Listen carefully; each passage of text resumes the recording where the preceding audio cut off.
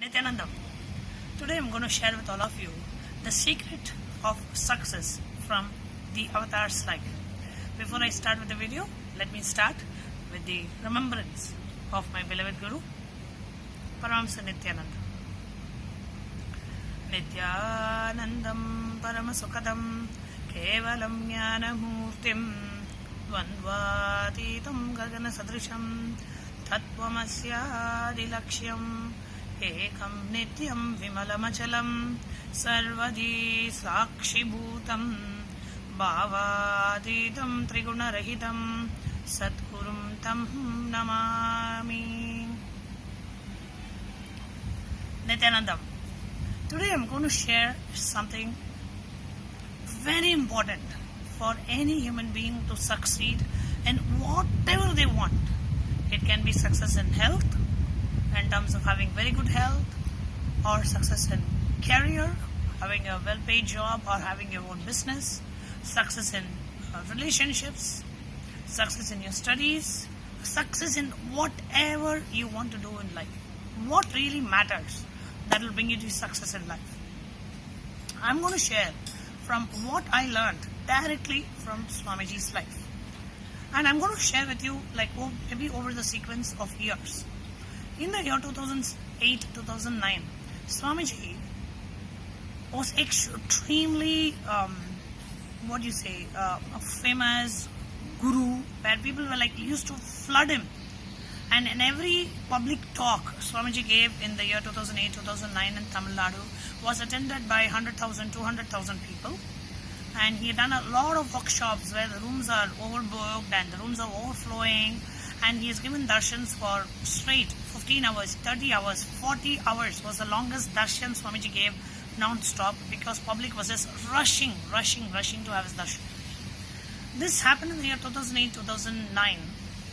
In the year 2010, there was a religious persecution, religious attack, because Swamiji was seen as the most promising leader of Hinduism, and the way he was growing and the way people were reconverting back to Hinduism from, after being converted to different faiths or after being an atheist. After they listened to Swamiji, so many hundreds and thousands of people started reconverting back to their original religion.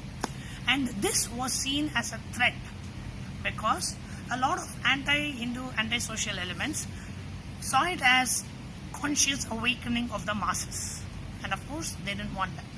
So when Swamiji was doing a conscious awakening of mass, hundreds and thousands of people in just 2-hour public talk, he was seen as a serious threat to their agenda, which is the anti-Hindu, anti-social elements. So they planned a religious persecution attack on Swamiji. They created a morphed video, they put it up on the internet, they put it up in the TV channels, they did all of that. Now what happened as a result?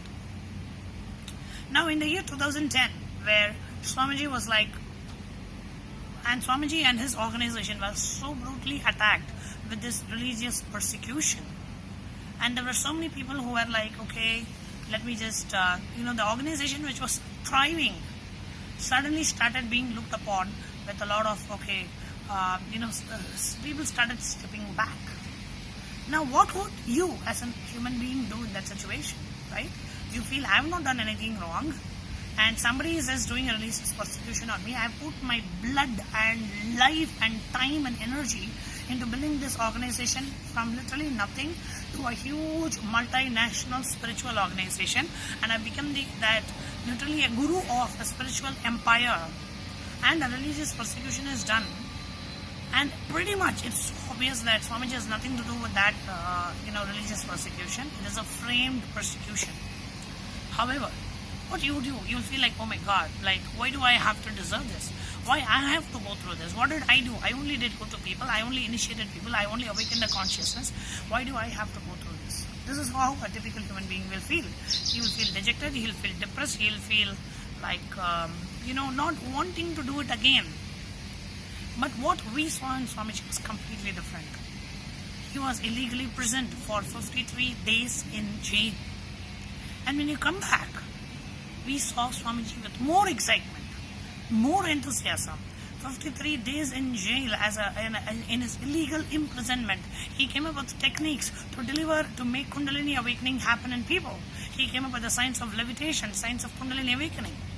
Never once during this whole period where the organization was soaring high and where so many people were started questioning, stepping back, when all this happened for absolutely no fault of his, we did not even see for 1 second, why is this happening to me? What did I do to deserve this?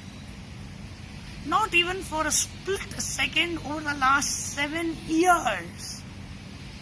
When somebody has done nothing else other than doing good to public, awakening them, and is being brutally attacked in his religious persecution, it does not even bring for a few micro milliseconds.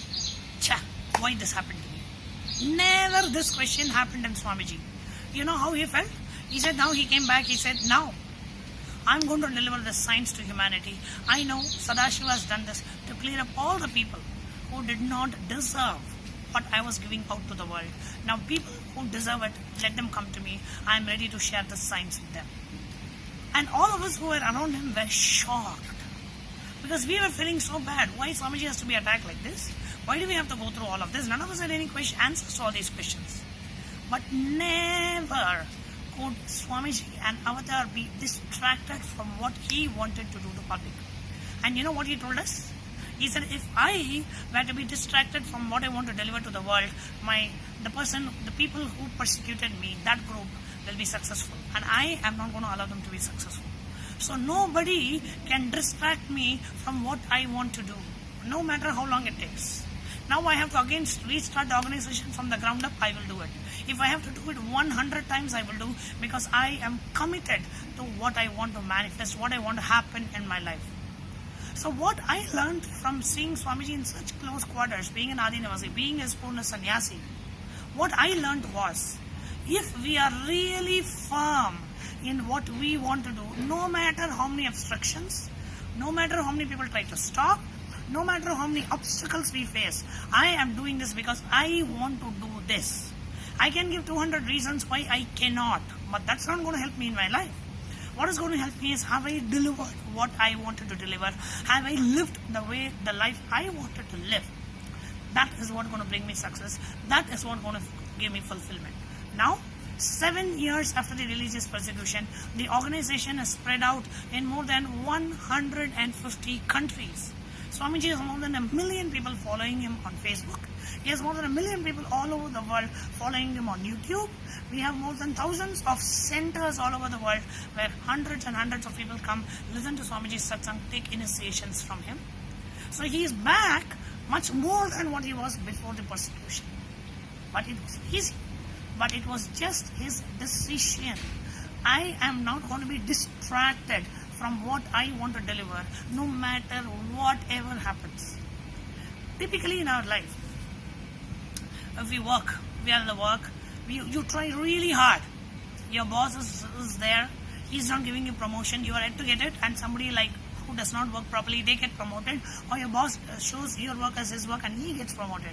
We get so easily depressed, we get dejected, and we start blaming life. Oh, he's not the right boss. If not for him, I would have gotten a promotion. But look back and see, yes, you are blaming him, but is that getting you what you want? Is that moving you closer to your goal? Is that giving you what you worked for in your life? No.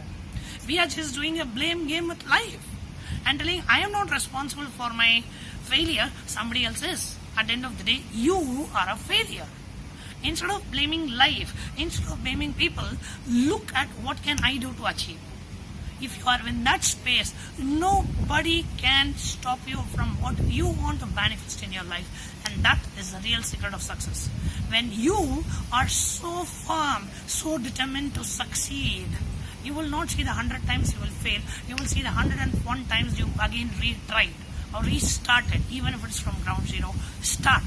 And that will really get you to success. And that is the only thing that will give you fulfillment in life. So dear friends, let's not blame life, blame people for why we are not where we want to be, But let's take the responsibility in life, saying nobody can deter me, because my willpower, my conscious will persistence is such that I will do it no matter what. No matter how many times I fail, I don't care. I will do, and I will not die until I get what I want. With that firm will persistence, we are sure to succeed. And my Guru, Paramahamsa Nityananda's life, the Avatar's life, is a standing example of this truth.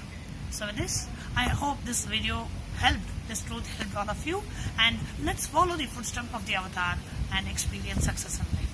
Thank you. Nityanandam.